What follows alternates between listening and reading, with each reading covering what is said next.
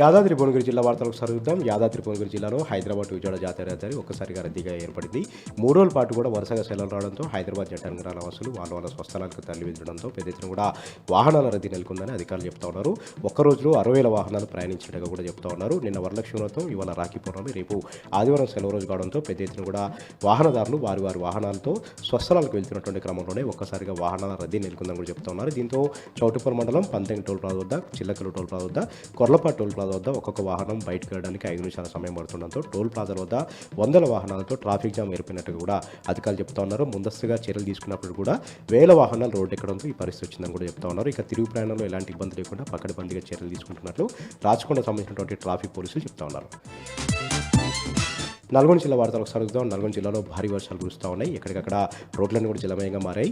పెద్ద ఎత్తున జలకలు సంతరించుకునే ప్రాజెక్టులను కూడా ప్రధానంగా మూసీ నది అయితే మహోద్ధృతంగా ప్రవహిస్తూ ఉంది. హైదరాబాద్లో కురుస్తున్నటువంటి భారీ వర్షాలకు తోడు స్థానికంగా కూడా భారీ వర్షాలు కురుస్తుండడంతో నకరకల్, కేతపల్లి, చిట్యాల, రావణపేట మండలాల్లో మూసీ నది అయితే మహోద్ధృతంగా ప్రవహిస్తూ ఉంది, పోటెత్తి ప్రవహిస్తూ ఉంది.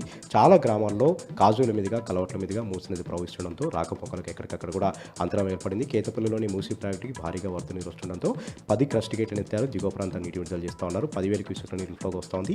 అంతే మొత్తంలో క్రస్ట్ గేట్ల ద్వారా దిగువకు నీటి విడుదల చేస్తూ ఉన్నారు. 645 అడుగుల పూర్తి నీటి మట్టానికి ప్రస్తుతం 644 అడుగుల నీటి మట్టానికి మూసీ ప్రాజెక్టు చేరుకోవడంతో డ్యామ్కి ఎలాంటి ఇబ్బంది లేకుండా క్రస్ట్ గేట్లు ఎత్తి దిగువకు నీటిని విడుదల చేస్తున్నట్టు కూడా డ్యామ్ అధికారులు చెప్తా ఉన్నారు. హైదరాబాద్ కురుస్తున్నటువంటి వర్షం అంతా కూడా మూసీ నది ద్వారా ఇక్కడికి వస్తుండడంతో భారీగా వరద నీరు పెరిగిందని కూడా డ్యామ్ అధికారులు చెప్తా ఉన్నారు.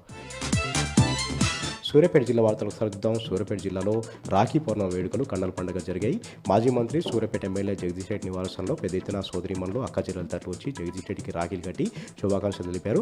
దీంతోపాటు జగదీష్ రెడ్డి గారి సోదరిమణి రేణుక కూడా జగదీష్ రెడ్డి గారికి రాఖీ కట్టి రాఖీ పౌర్ణమి శుభాకాంక్షలు తెలిపారు. కేసీఆర్ గారి ప్రభుత్వంలో ఎంతో అద్భుతంగా మహిళల సంక్షేమానికి, ఆడబిడ్డల సంక్షేమానికి ఎన్నో కార్యక్రమాలు తీసుకొని మహిళల సంక్షేమానికి పాటుపడ్డారు. కానీ ఇప్పుడు వచ్చినటువంటి కాంగ్రెస్ పార్టీ ప్రభుత్వం మహిళల్ని అడుగడుగునకు ఉంచిస్తూ ఉంది.